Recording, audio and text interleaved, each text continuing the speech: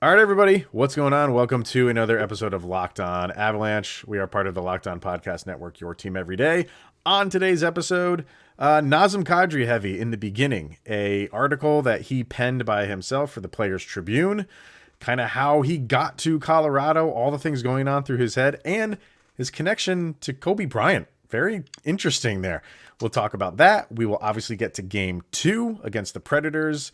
Avs got to go up 2-0 in that series. And then a brilliant and hysterical commercial with Cale and Captain Gabe Landeskog came out for Pepsi, and we'll show that if you haven't seen it. It's awesome. I think I've watched it 50 times today. So let's get to your Locked On Avalanche, your daily podcast on the Colorado Avalanche. Part of the Locked On Podcast Network, your team every day.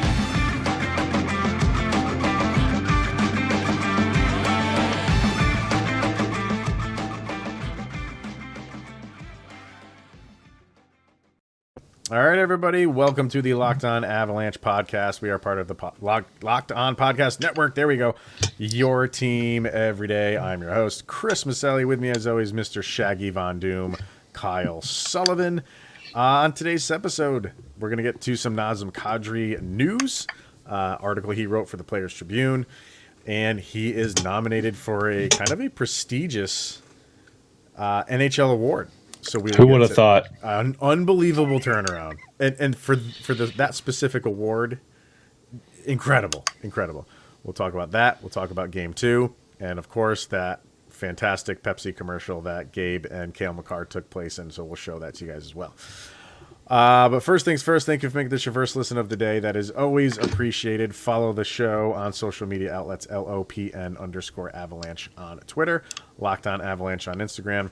Questions, comments, concerns to lockedonavalanche@gmail.com, and follow the show over on our YouTube channel. Over on the YouTube, hit subscribe, get notified when a new show goes live.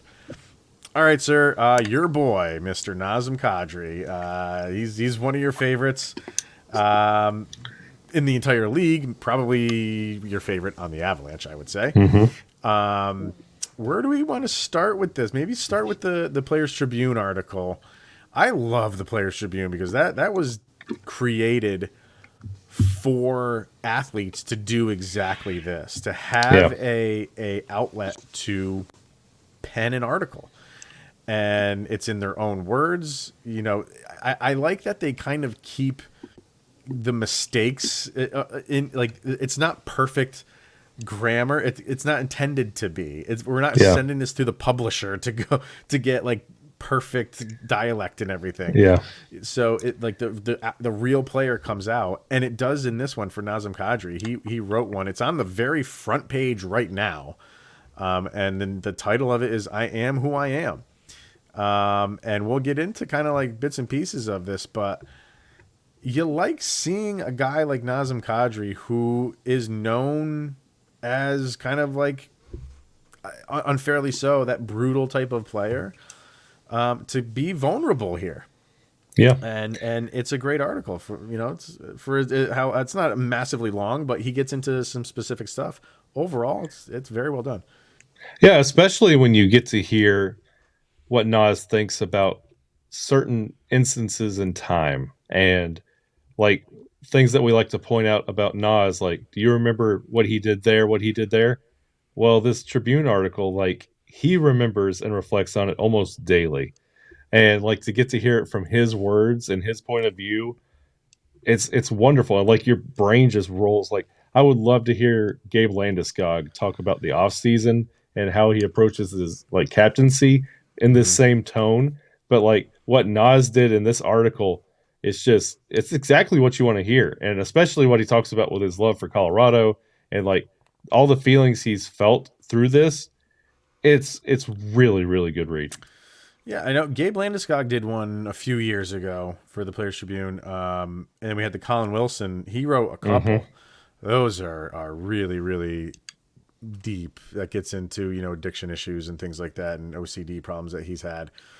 Kind of, you know, the reasons why he's not in the league anymore. Go read those if you have time. Those are great.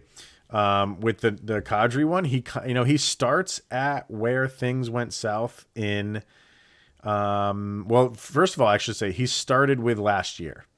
Started with last year and the hit on Justin Falk, and how he went through kind of a depression because of that for a number of reasons. Number one, he didn't want to injure another player, and he felt like he let his team down.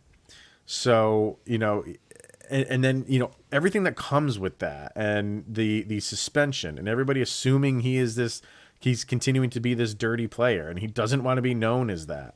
So he starts with that, and then he gets into Kobe Bryant. And I always have to remember, I don't know, like, don't you feel like Nazem Kadri just looks older than he is?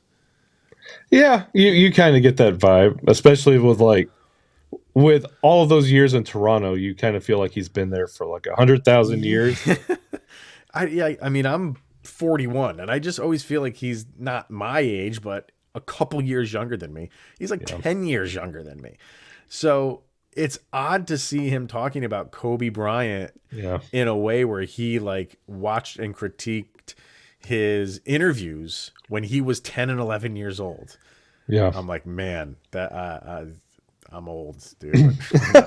Yeah. It's a great realization. And like, not just like hearing like Nas talk about like respecting Kobe Bryant and like picking apart, but like the way he talked about just showing up to the arena and like talking about like, because like we put Nas, like he's like on a pedestal. Once you put on that sweater, we put you up there. And then to hear him talk about like human emotions that we also encounter, like when we roll into Ball Arena to watch the Avalanche, like that same moment for him, that like it really makes this whole article, it makes Nas feel more human and relatable.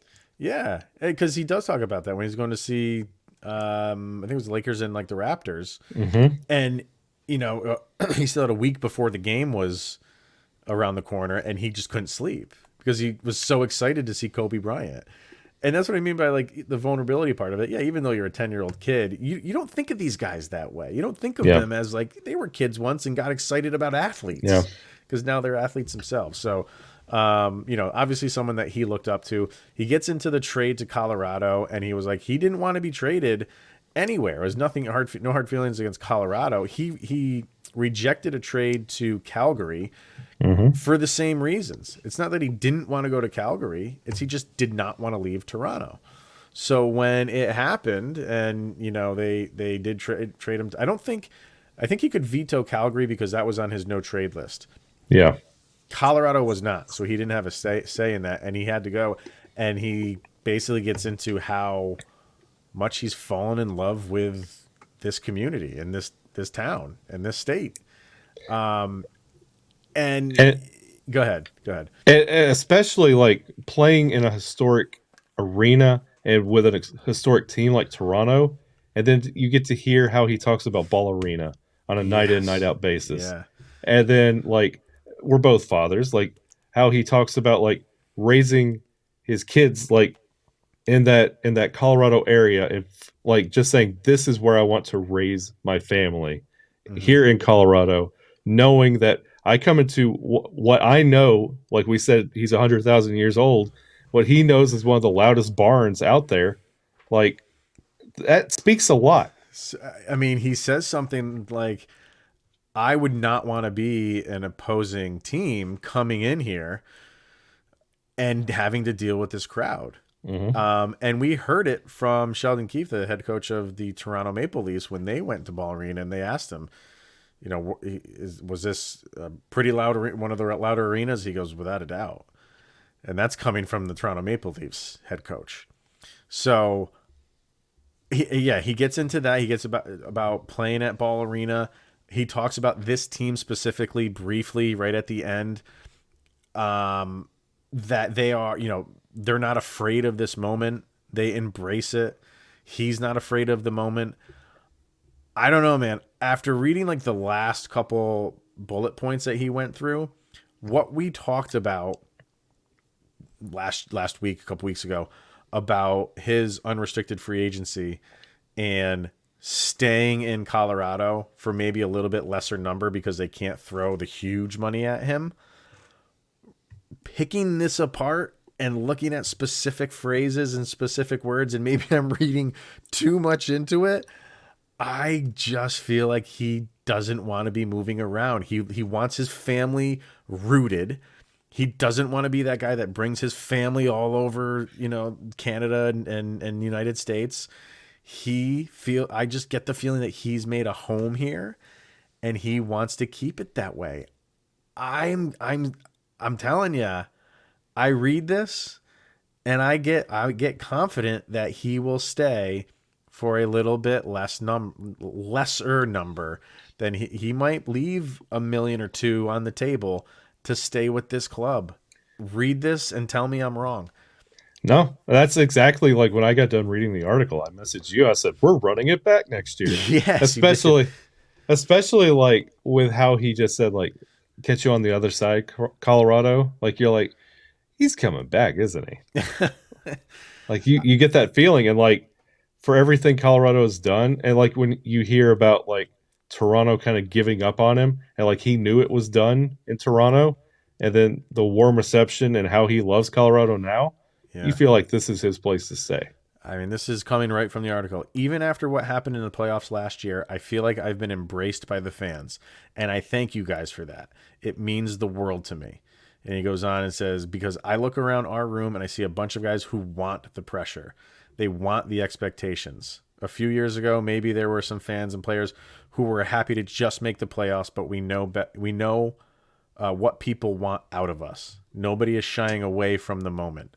I see Nate, Gabe, all the leaders, everything we've worked on from the time we got to camp last summer to game 82 has been with the playoffs in mind. Yeah, you can go other places and get that. I'm not saying you can't, but you don't see guys writing essays about their team and their teammates.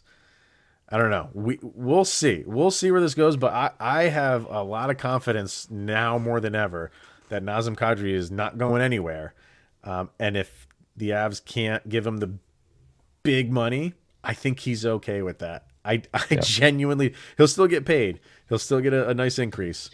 But I don't know. I feel confident just where I am. And maybe it's just because this article is fresh and, we read it a couple hours ago and I'm loving life right now with Nazem Kadri and the Avs. Oh, you are? What are you talking about? This is music to my ears.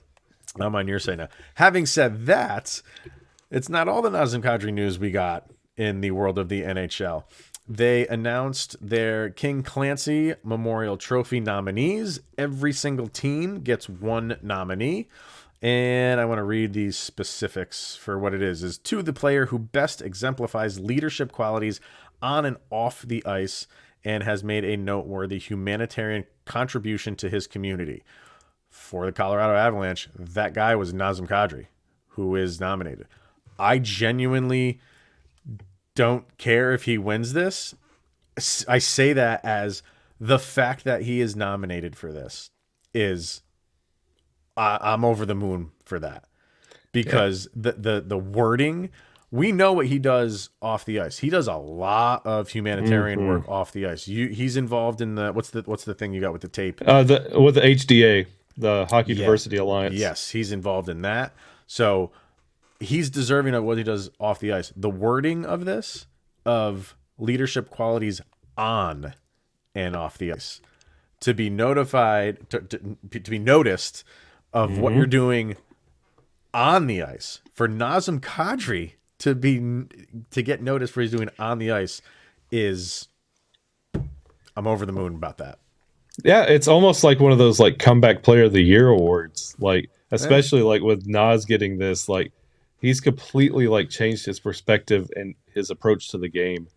And you could see that he's like a leader out there, and like everything is so intentional with what he does.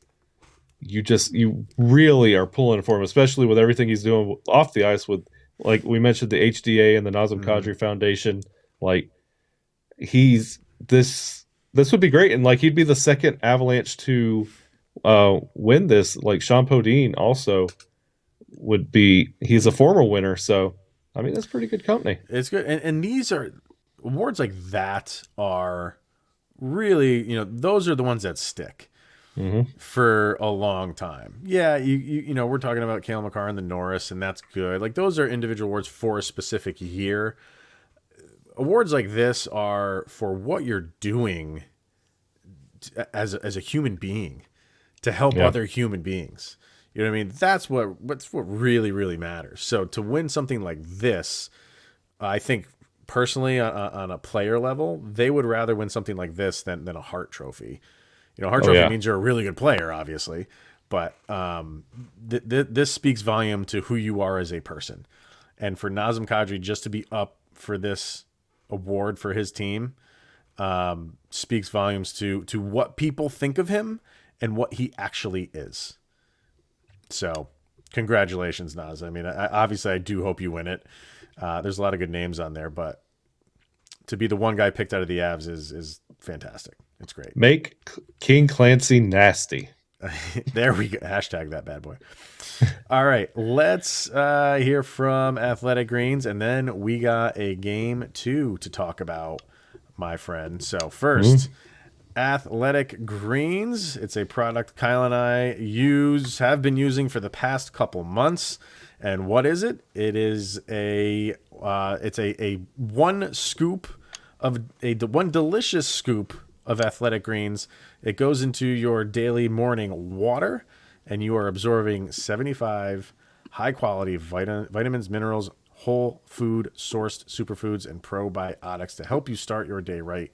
This special blend of ingredients supports your gut health, your nervous system, your immune system, your energy, your recovery, your focus, and your aging.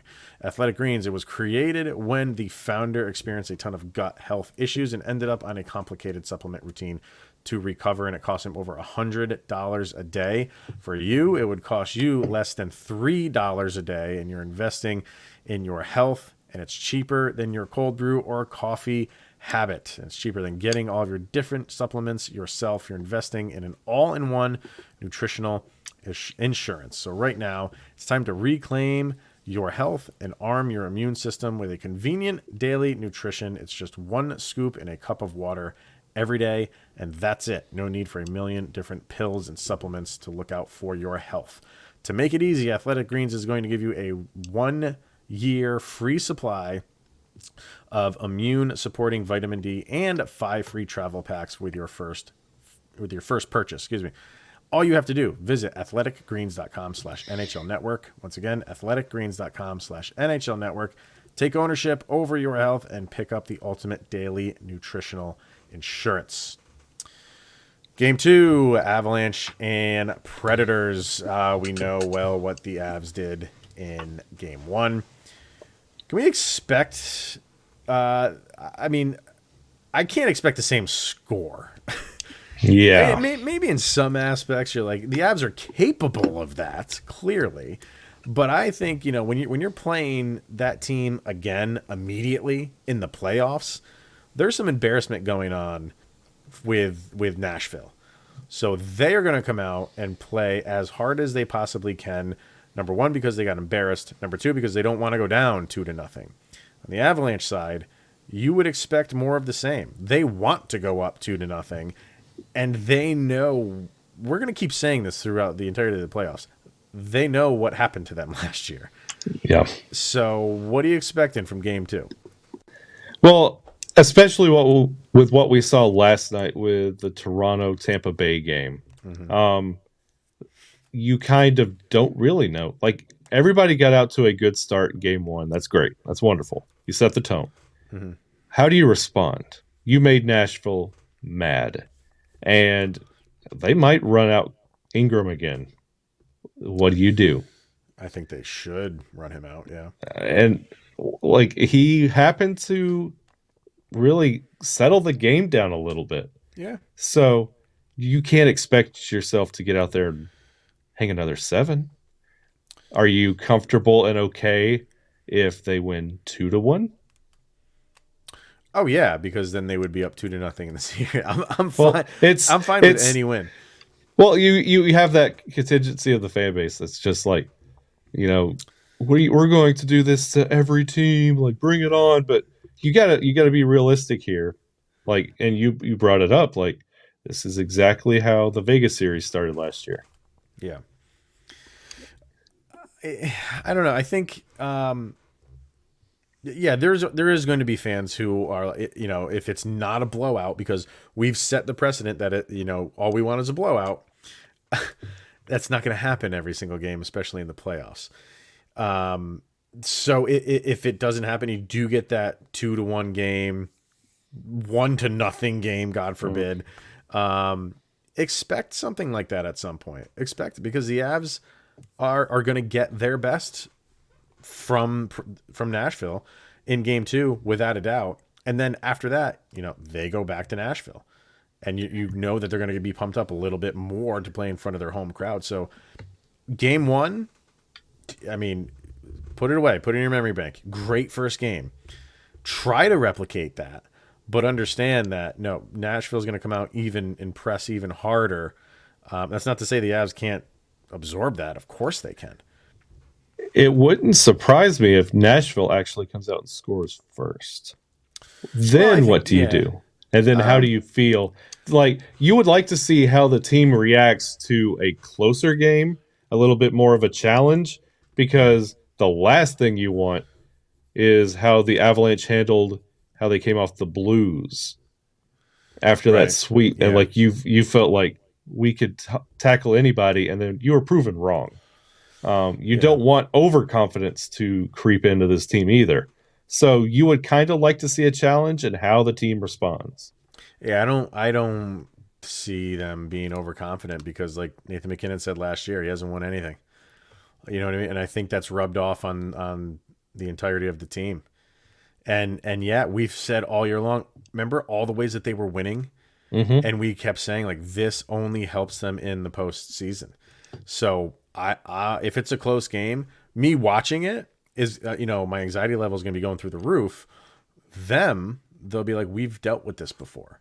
We know how to play in this situation. Sure, they've given up leads. Every team has, but they've also come back. They've won blowout games. They've won close games. They've literally done it all. And all the times we were talking about that through the regular season is for now. Yep. You are now seasoned in many different ways. Overtime wins, shootout wins, which I know those don't happen in the postseason, but you know what I mean? Like, any type of win you could have, the Avs have had it. So I don't expect any letdown whatsoever. And I think they're going to come out. Yeah, if they do give up the first goal, and you're right, I think Nashville does want to come out. They want to get that goal first. Mm-hmm. More, you always want to, but the Predators are going to push for that even more. But what's been happening recently with the Avalanche? They've been turning it around and scoring really quickly when an opponent has scored. They've been doing that very well. So I do want to see if they do give up that first goal. When is it? Is it early in the game? Okay, no panic whatsoever. You got a ton of game to play. If it's one of these defensive struggles and it's 0-0 and you give up a goal, maybe not till the third period, you got to kick it into high gear. Now let's get that tie, equalizing goal. So I do. Avs are healthy, which is another thing we got to talk about in a second. But I'll let you comment on anything. And that's another thing. Like you said, the Avalanche can score quickly.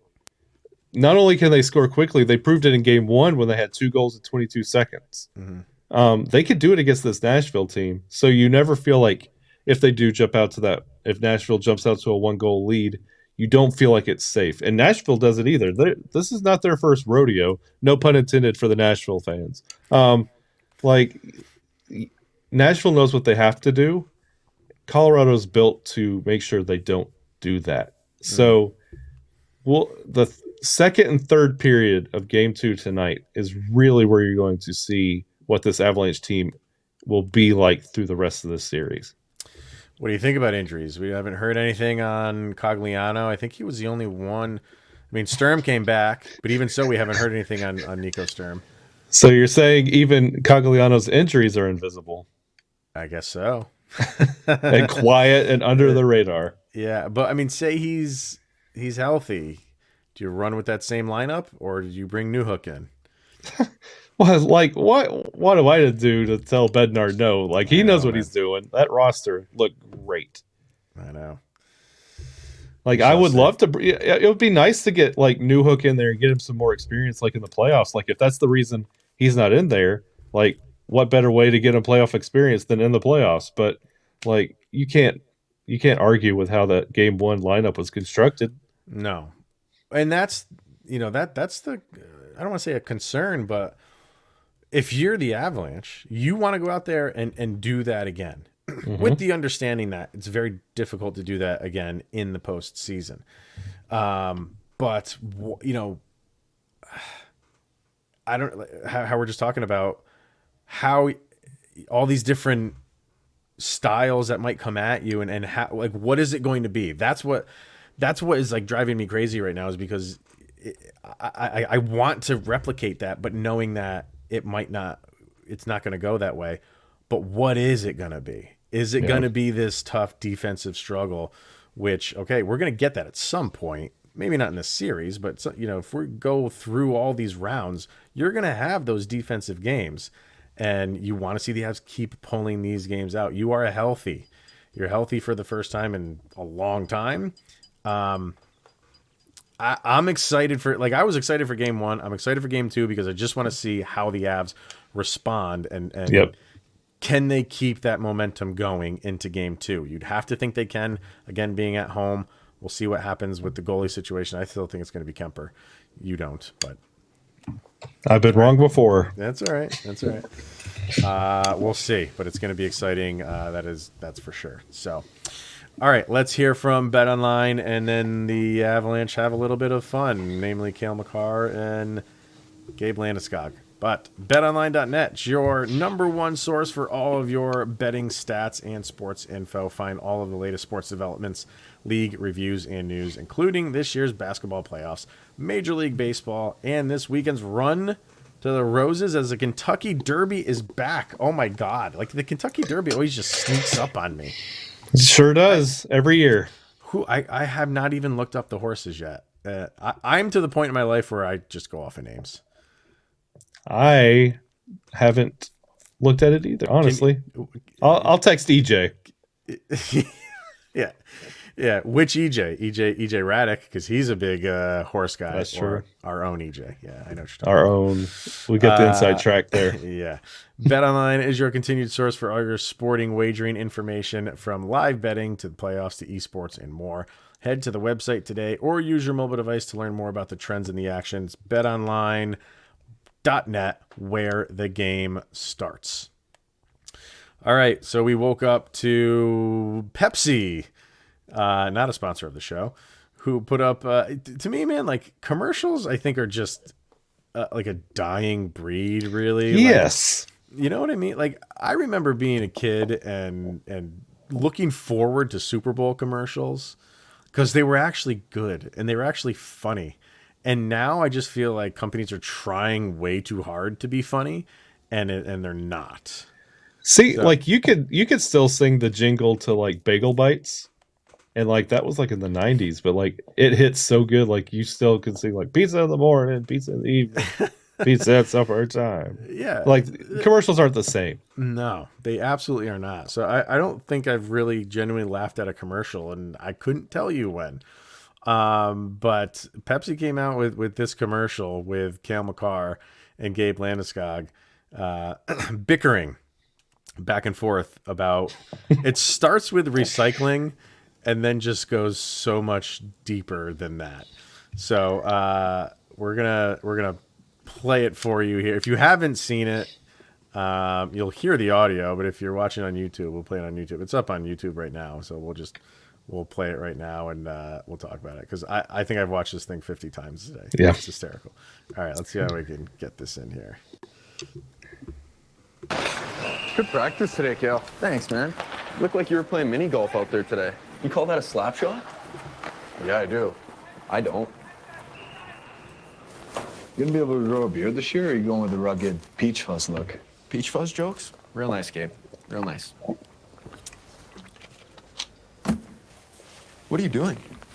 This Pepsi Zero Sugar bottle is recycling, not trash. Recycling belongs in the recycling bin. Classic Gabe. Always one step behind. Oh, okay, Cale. Yeah, okay. Do I have to teach you everything? You know, maybe you should just play hopscotch. What? Clearly, hockey's not your thing. Or maybe you should join a shuffleboard league. What's it like doing everything wrong? Hey, let me see your glove for a second.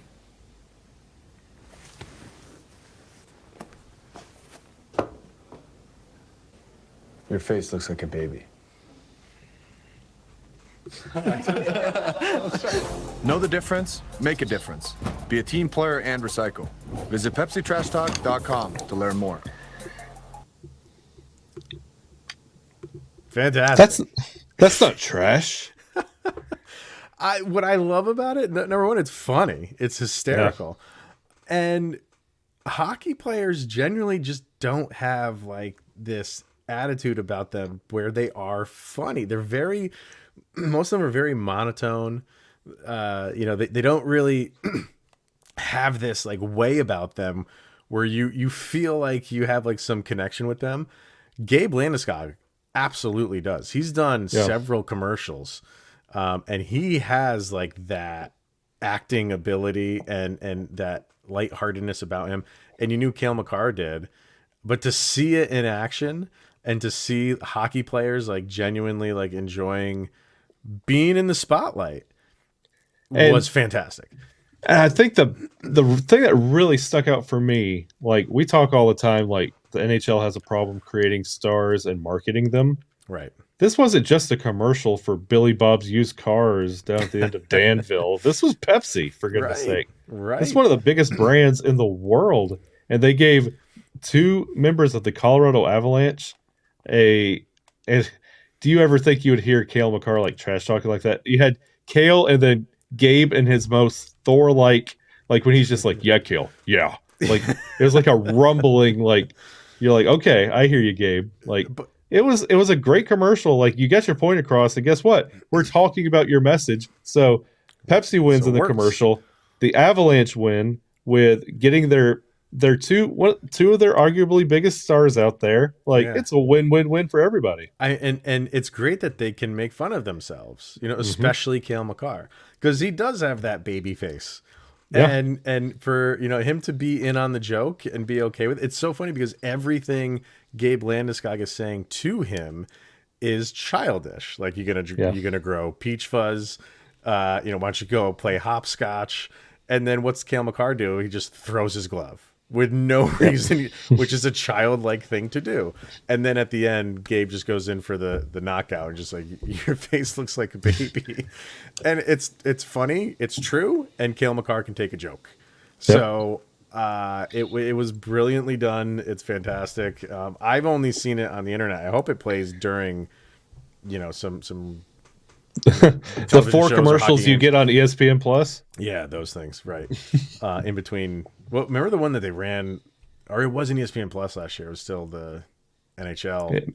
They ran that Apple purple phone thing all the time. That was terrible. I mean, it's a fine commercial, but when you see it 10,000 times, it's like, kill me. Good stuff. It's good. And we say this, but look at the 2 guys they chose. Makar and Landeskog, because they have that personality. I'm not saying Nathan MacKinnon doesn't, but I wonder if they went on to Trailer Nathan Park MacKinnon. Boys. Yeah, but I wonder if they went to Nathan MacKinnon and he was like, no, I don't want to do that, because he's so businesslike. Like they probably filmed this thing, during the season. He's like, I'm not doing anything but focusing on hockey during the season. It's like, oh wow, chickpea soda? Sign me on, Pepsi. And they're like, no, Nate, this is 0 sugar. And he's like, no thanks. And what would have I wish they did like a second version where it's like Landeskog and Eric Johnson, because those 2 are like best friends. Or that would have been funny, but that won't sell like Cale Makar will, obviously. Nathan MacKinnon and Nazem Kadri, where Naz is just like overly nice to everyone. Yeah. Right. See, that's creative. I like stuff like that. So awesome. And it's nice to see our Colorado Avalanche talent, like you said, in these commercials with big name companies. It's cool. So, all right, everybody. Game 2 right around the corner. Kyle and I will absolutely be back tomorrow to discuss everything going on with that game. Let's get to a 2-0 series advantage, especially with Saros missing, his second game, and then who knows what happens with him after that. So that's why you have to get these 2 for obvious reasons, and that being another one. So, yep. All right, man. I think that's going to wrap it up for today. Thank you for making this your first listen of the day. That is obviously always appreciated. Go check out Locked On NHL. Make that your second listen of the day. Get caught up on everything going on around the league and the playoffs. Let me check in on the scoreboard quickly to see you have the Minnesota Wild up 4-1 as this recording. Second period is almost over. Edmonton Oilers with a 1-0 lead. They just started the second period there. And two finals. The Hurricanes 5-2 over the Bruins. They have a 2-0 series lead. And the Lightning a 5-3 win over the Maple Leafs. That series is now tied at 1. So you're all caught up, kind of, except for those games that are still going on. All right, man. That'll wrap it up. Thank you, everybody, again for tuning in. We will be back tomorrow to discuss game number 2. He is Mr. Shaggy Von Doom, Kyle Sullivan. I am Chris Maselli, and this is the Locked On Avalanche podcast. We'll see you guys tomorrow.